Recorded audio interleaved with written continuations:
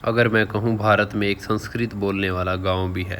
मुझे भी यकीन करना थोड़ा मुश्किल हो रहा था क्योंकि मैंने कभी आज तक पहले सुना ही नहीं था, क्योंकि आज के समय में तो सब लोग इंग्लिश के पीछे पड़े हुए हैं। सब लोग समझते हैं अगर जिसको इंग्लिश आती है तो वो इंटेलिजेंट है, वो ही पढ़ा लिखा माना जाता है। पर आज के यहाँ के लोग 200 साल पीछे जी रहे हैं, ऐसा कहने वाले काफ़ी सारे लोग हैं। लेकिन इन्होंने अपने भारत की भाषा संस्कृत को पकड़ा हुआ है और ऐसा नहीं है कि ये लोग पिछड़े हुए हैं। यहाँ पर इंजीनियर, लेक्चरर, कंप्यूटर ऑपरेटर और भी बहुत सारे लोग ऐसे हैं जो कि देश और विदेश में अपना नाम ऊंचा करवा रहे हैं। जैसे ही मुझे इस गांव के बारे में पता चला तो मैं भी पहुंच गया इस गांव को देखने के लिए। दोस्तों मैं मतूर गांव तो पहुंच चुका हूं, पर यहाँ पे किसी को हिंदी नहीं आती तो बड़ा प्रॉब्लम है इस चीज़ का। इस भाई को थोड़ा सा, हिंदी वाले को हिंदी आता है पर मुश्किल है बहुत थोड़ा सा। यहाँ पे इस चौक पे मैं खड़ा हूँ, पूरा का पूरा चौक ब्राह्मणों का संस्कृत चौक बोला जाता है। और इसके पास में जो इधर इस साइड है वो सब मिले जुले हैं ना, मिले जुले हैं। कितना बड़ा गाँव है ये? 1.5 किलोमीटर। 1.5 किलोमीटर में गाँव है। ये शारदा वेलसा स्कूल से फुल डिटेल बोलता। ओके। यहाँ के लोग काफ़ी खुश होते हैं जब इनके गांव में कोई घूमने के लिए आता है, इनकी संस्कृति भाषा को कोई देखने के लिए आता है, यहाँ पे संस्कृत सीखने के लिए आता है। लेकिन लोग मुझे एड्रेस पे एड्रेस बताई जा रहे थे, मुझे अच्छे से कोई फिक्स एड्रेस नहीं मिल रहा था जिससे मैं बात कर सकूँ। तो दोस्तों यहाँ के मैनेजर के साथ में मेरी बात हुई है अभी, और उन्होंने मुझे बोला है कि आप अपनी डिटेल भेजो मेरे पास में, अपना आधार कार्ड वगैरह भेज। तो मैं उनके पास में अपना आधार कार्ड भेज। यहाँ पे ना तो कोई होटल है ना कोई लॉज है, मतलब कहने का कोई व्यवस्था नहीं है। अब मेरे पास लास्ट चांस यही बचा था कि इस मैनेजर को किसी न किसी तरीके से यहाँ पर रहने का प्रोग्राम बनाना है। अगर यहाँ पे एडजस्टमेंट नहीं हुई तो मुझे 15 से 20 किलोमीटर अभी रात को 7 बजे वापस जाना पड़ेगा। वैसे तो दोस्तों मैं किसी होटल में भी रूम ले सकता हूँ, क्योंकि मुझे एक यात्रा में ऐसे मित्र मिले हैं जिसने मुझे बोला है कि आप जहाँ पे भी जाओ, कभी भी समस्या में हो ना तो मुझे फ़ोन करना आप, मैं आपको रूम भी दिलाऊंगा, खाने पीने का भी खर्चा मैं आपको दूंगा। पर भाई पता क्या है, मुश्किलों से लड़ना ही यात्रा कहलाता है। जब तक मैं मुश्किलों से नहीं लड़ूंगा तो मेरी यात्रा का फायदा ही क्या होगा। इतने मच्छर है ना भाई, बिल्कुल खाब होगा, इतने मोटे मोटे मच्छर हैं यहाँ पर। बहुत हालत ख़राब हो जाएगी अगर मुझे जगह नहीं मिली तो यहाँ पर, मेरे लिए बहुत परेशानी हो जाएगी यहाँ पे। तो भाई मैं संस्कृति भवन में हूँ ना, तो मुझे एक इंसान मिल, वो भी है संस्कृति का गांव देखने के लिए। आप क्यों आए यहाँ पे? घूमने के लिए जा रहा हूँ। अभी रात को क्या देखोगे आप? रात में एक्चुअली गांव में कुछ लोग एक्चुअली आउटसाइड बैठ के वो बातचीत करते हैं। सो अदर एडवांटेज भी है मुझे, वो लोग संकेती और कन्नड़ में बात करते हैं ये लोग। मैनेजर का कोई रिप्लाई ना आने के कारण मैं तो अपना खाने का बंदोबस्त करने के लिए बाहर इन लोगों से बातचीत करने लगा। दोस्तों यहाँ पे कैसा मुझे फैसिलिटी मिल सकती है, कैसे लोग व्यवहार करते हैं, कितनी मदद करते हैं, और जैसे हमारी भारतीय संस्कृति को बढ़ावा देने की कोशिश की जा रही है यहाँ पे, देखते हैं हमें क्या क्या चीज़ें सीखने को मिलती हैं यहाँ। मुझे एक होड़ सी लग गई थी इनके बारे में हर एक चीज़ जानने की, क्योंकि यहाँ पे मुझे बहुत सारी चीज़ें अलग अलग दिखाई दे रही थी। क्योंकि यहाँ पर छोटे बच्चे से लेकर बड़े बुजुर्ग तक सब धोती कुर्ते में आते हैं। दिन हो या रात हो, छोटा हो या बड़ा हो, हर इंसान अपने ब्रह्म वस्त्र पहन के रखता है। आज रात के लिए खाने का इंतजाम तो इस गुरुकुल में हो जाता है, लेकिन इससे पहले मुझे पूछा जाता शाकाहारी हो या मांसाहारी हो। खाने की व्यवस्था तो हो गई थी, उसके बाद में मुझे रहने की व्यवस्था देखनी थी। मैनेजर का मेरे पास में कोई रिप्लाई नहीं आया, तो मुझे राम जी का मंदिर दिखा, मैं राम जी के मंदिर में चला गया, क्योंकि अब तो राम जी मेरी नैया पार लगाएंगे।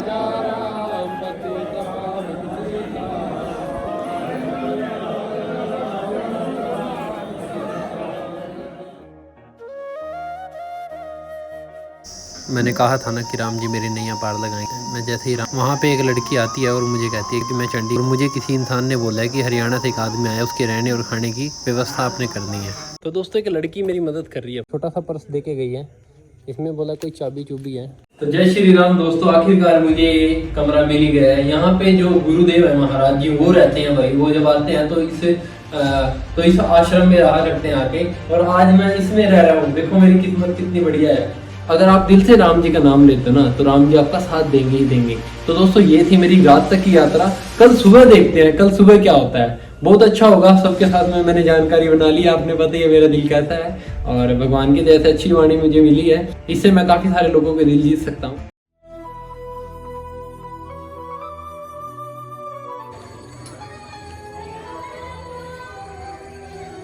सुबह सुबह काफ़ी सारे लोग आए हुए थे, कोई अपने स्कूल से बच्चे लेके आया हुआ था, कोई अपने परिवार के साथ आया हुआ था। आना भी चाहिए, क्योंकि आज के बच्चों को ये पता ही नहीं है कि संस्कृत भाषा कौन से देश की भाषा है। उन्हें तो ऐसा लगता है कि ये विदेशी भाषा है। मत्तूर गांव तुंगा नदी के किनारे बसा हुआ एक छोटा सा गांव है। इस नदी में कहते हैं लोग जितनी शांति से नहाते हैं उनको इतना ज़्यादा सुकून मिलता है। जो यहाँ पे शिक्षा लेने वाले बच्चे हैं वो तो 4:30 से 5 बजे के बीच में नहा कर चले जाते हैं। ब्रह्म वस्त्र पहनने के साथ में मेरा दूसरा दिन शुरू हो जाता है, क्योंकि रात भर मुझे नींद नहीं आई थी। मुझे बेचैनी लगी रही कि मैं कल किन किन लोगों से मिलूंगा और यहाँ के बारे में क्या क्या जानकारियाँ इकट्ठा करूँगा, क्योंकि यहाँ के बारे में कहते हैं कि जितनी जानकारी आप इकट्ठा करते हो तो वो भी कम है, क्योंकि एक गाँव नहीं, एक ब्रह्मांड है, ब्रह्मांड। अभी तुंगा नदी पे स्नान किया है और मेरे पीछे राम मंदिर है और यहाँ से मंत्र उच्चारण की आवाज़ सुनाई दे रही है। संस्कृत के मंत्र उच्चारण की आवाज़ सुनाई दे रही है। आरती हो रही है, सुबह 6 बजे होती है, 6 से 7, 12 बजे होती है और शाम को होती है। तीनों टाइम आरती होती है यहाँ पे। स्नान करने के बाद में खाना खाने की बारी आती है। मुझे बोला गया था कि मंदिर के अंदर आपका दोपहर का खाना है और यहाँ पर काफ़ी सारे आचार्य थे और काफ़ी सारे शिष्य। फिर भी मुझे इन लोगों में अपनी कुछ दूरी सी महसूस हो रही थी। उसको कम करने के लिए मुझे मिल जाता है रात वाला ये लड़का। ये भी अपना धोती कुर्ते में आया हुआ था। ये लड़का 1-2 बार मिलने के बाद मेरा अच्छा दोस्त बन गया था। कहने लगा कि चलो आपको अपनी बाइक पर पूरा गाँव का चक्कर लगवाते हैं और देखते हैं गाँव में क्या क्या देखने को मिलता है। इस गांव में यहाँ पर इकलौता स्कूल है जहाँ पर संस्कृति के साथ साथ में और भी भाषाएं पढ़ाई जाती हैं, सब्जेक्ट पढ़ाए जाते हैं। ये गांव में सबसे ज़्यादा फेमस चौक है जिसे ब्राह्मण चौक के नाम से भी जाना जाता है। इस गांव में school, college, university, library, hospital और भी बहुत सारी सुविधाएं उपलब्ध हैं।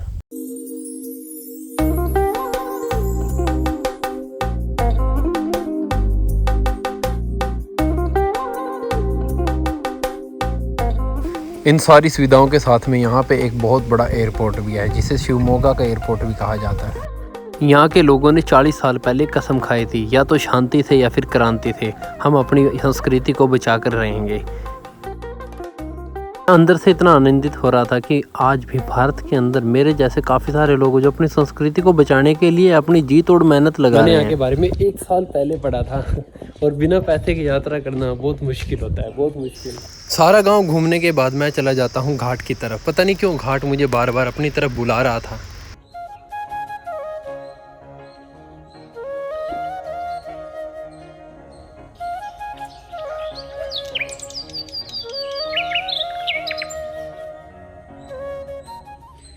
शाम के 5 बज चुके हैं और ये शाम का नज़ारा है इस गांव का। भाई अभी तक तो कोई दिखाई नहीं दे रहा है यहाँ पर।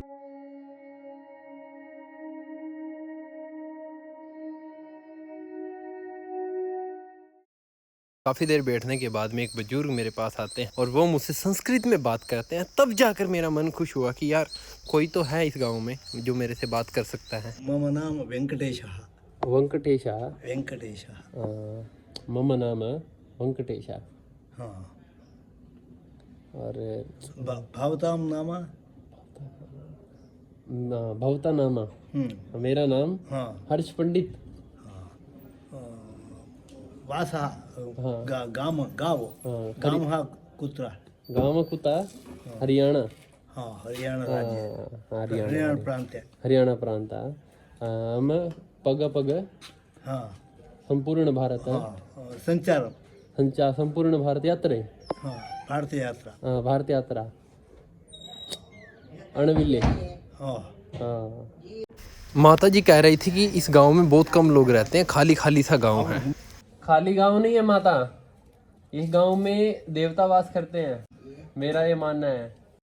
अब मुझे मेरी समस्या थोड़ी ख़त्म होती दिखाई दे रही थी, क्योंकि मेरी बात औरतों के कानों में चली गई कि ये लड़का हरियाणा से बिना पैसे पूरे भारत की यात्रा अपनी संस्कृति को बचाने के लिए यात्रा कर रहा है। इस गांव में केवल 3 से 4 गलियां हैं और काफ़ी छोटा सा गांव है, पर मुझे ऐसा लगता है कि इस गांव में देवता वास करते हैं, मुझे ऐसा लगता है।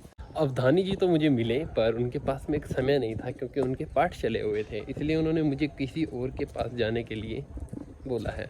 हेलो नहीं करते यहाँ पे कोई भी। हाँ, हेलो नहीं करता कोई यहाँ पे सब राम राम और नमस्ते करके ही सबको पुकारते हैं। एक और ज़बरदस्त चीज़ देखने की है, लोग कहते हैं कि फ्लोर में कंफर्टेबल होते हैं, इन चीज़ों में कंफर्टेबल नहीं होते, पर ये देखो भाई धोती के अंदर ही क्रिकेट खेल रहे हैं, भाग रहे हैं, दौड़ रहे हैं, कोई दिक्कत वाली बात नहीं है।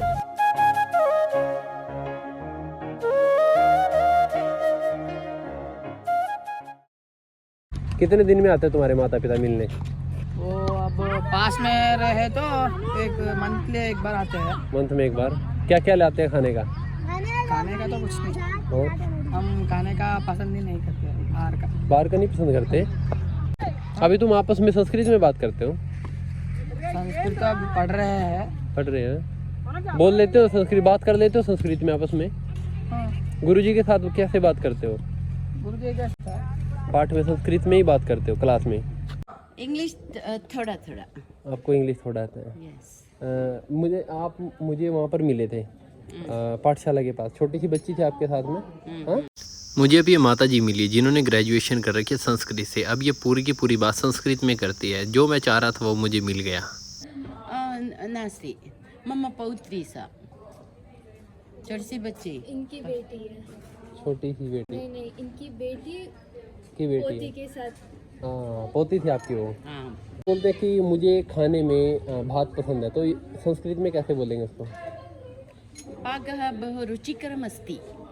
अस्ति। रुचिकरम् अस्ति मतलब अच्छा लगता है। हाँ, अच्छा लगता है। हाँ। आपका एज कितना हो गया, उम्र? 63। आपका नाम? रुक्मिणी। रुक्मणी। आपके गांव में ये कब से प्रचलित हुई है ये कि भाई संस्कृत ही बोल? 40 years ago। 40 साल पहले से। हाँ, 40 वर्षेभ्यः पूर्वेभ्यः अत्र उडुपी पेजावर श्रीपादाः अत्र आगताः आसन्। तदा अस्माकं ग्रामस्य वातावरणं दृष्ट्वा अग्निहोत्रिणं दृष्ट्वा बहु सन्तोषम् अनुभूतवन्तः। एकस्य संस्कृतभवनस्य उद्घाटनार्थं ते अत्र आगताः। बिल्कुल। आम्, संस्कृतभवनम् अस्ति किल तत्र। जैसे राम नाम जपते हैं हम, उसका क्या फायदा होता है? मनःशान्ति। मन शांति। यस। मैंने इन माताजी के साथ में काफ़ी बातें करी और बातें करते करते 1 से 1.5 घंटा कब चला गया मुझे पता नहीं चला। मैं भी थोड़ी थोड़ी संस्कृत समझने लग गया था क्योंकि संस्कृत हिंदी से मिली जुली होती है। डॉक्टर सनत कुमार। ओहो। 1 साल के बाद मिलेंगे। नमस्ते नमस्ते। डॉक्टर सनत कुमार 1 साल के लिए मौन है भाई ये। हाँ, नाम लिखा हुआ है। कलायना मतलब हाँ, वही। डॉक्टर सनत कुमार इन्हें 1 साल के लिए मौन है और ये बोलेंगे नहीं। और इनको डॉक्टर की उत्पाद, ये तो PhD कर रखे होगी इन्होंने। क्या बात है। और ये कोई भाषा है? ये कन्नड़ है। ये कन्नड़ भाषा की क्या लिखा है? कलायना। कलाना? कलायना। कलायना। हाँ, कलाकार। इसका मतलब? कलाकार। कलाकार है ये संगीत की भाषा में बात करते हैं। संगीत बोलते हैं गमका। गमका। संगीत की एक भाषा है, उसको गमका बोलते हैं और इस गमका बोलने में बहुत ज़्यादा एक्सपर्ट है। और ये कुछ अलग ही भाषा होती है। ये हिंदी, इंग्लिश, मैथ, साइंस इन सब से अलग होती है।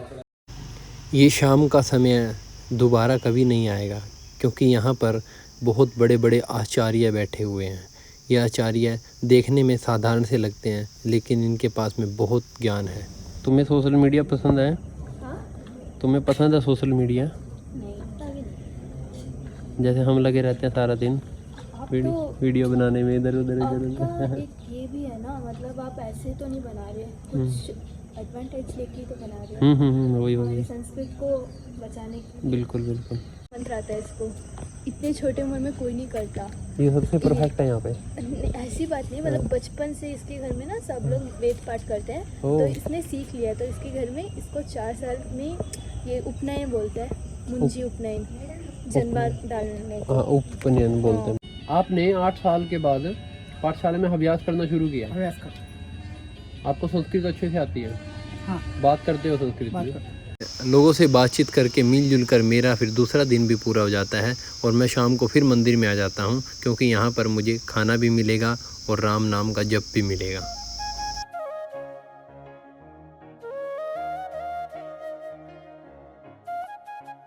मैंने बताया था ना कि महिलाएं समाचार सूत्र शायद 3 से 4 घंटे के अंदर पूरे गांव में खबर फैल गई थी कि मैं हरियाणा से आया हूं। मैं अपने कमरे की तरफ जा रहा था तो कुछ गली में बैठे हुए कुछ बुजुर्गों ने मुझे अपने पास बुलाया और मेरे साथ बातचीत करी। और इन लोगों में कुछ लोग हिंदी में बातचीत करने वाले थे।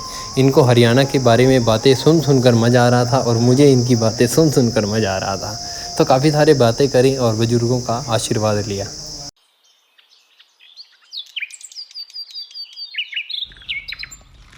गांव का सबसे बिजी ब्राह्मण चौराहा आज खाली था लेकिन मुझे ऐसे बंदे की तलाश थी जो मुझे गांव की जानकारी दे। हमारे पुराने समय में आज मेरे ख्याल से 2000 साल पहले सब संस्कृत ही बोला करते थे। वो कभी छूट गया।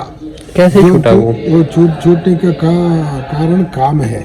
काम का मतलब मनुष्य को जब ऐहिक भोग, प्रापंचिक सुख, दैहिक सुख पाने का इच्छा प्रबल होता है और प्रापंचिक प्रयोजन, प्रापंचिक सुख, दैहिक सुख यही प्रदान होता है, तब वो देह के लिए, मन के लिए, इंद्रिय के लिए जीने के लिए आरंभ करता है।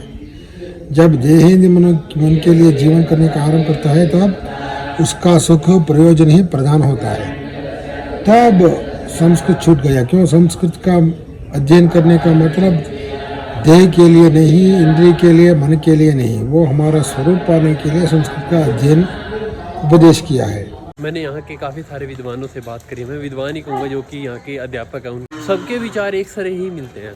तो ये थी मत्तूर गांव की नॉलेज। अगर आपको ये वीडियो अच्छी लगी है तो इसको शेयर ज़रूर करना। हाँ, मुझे पता है ये वीडियो इतनी अच्छी नहीं बनी है, पर मैंने अपनी तरफ से पूरा जोर लगाया है कि आपके वीडियो समझ में आए। अब वीडियो को शेयर करना ना करना वो आपके हाथ में है। तो फाइनली दोस्तों मैं जा रहा हूँ मत्तूर गांव को छोड़कर। भाई 3 महीने यहाँ पे बिताया, काफ़ी मज़ा आया, काफ़ी दिल लगा और काफ़ी सारी चीज़ें मुझे सीखने को मिली है। आपको क्या सीखने को मिला इसमें से बताना जरूर। और अपनी संस्कृत भाषा, अपनी मातृभाषा होनी चाहिए या नहीं होनी चाहिए, आप कमेंट सेक्शन में जरूर बताना। और कौन सी हमारी मातृभाषा होनी चाहिए, क्योंकि भारत की अभी तक भी मातृभाषा नहीं है, तो आप बताना मातृभाषा कौन सी होनी चाहिए। राम राम, नमस्ते, जय हिंद, जय भारत, जय गौ माता। हम देसी बालक गामा के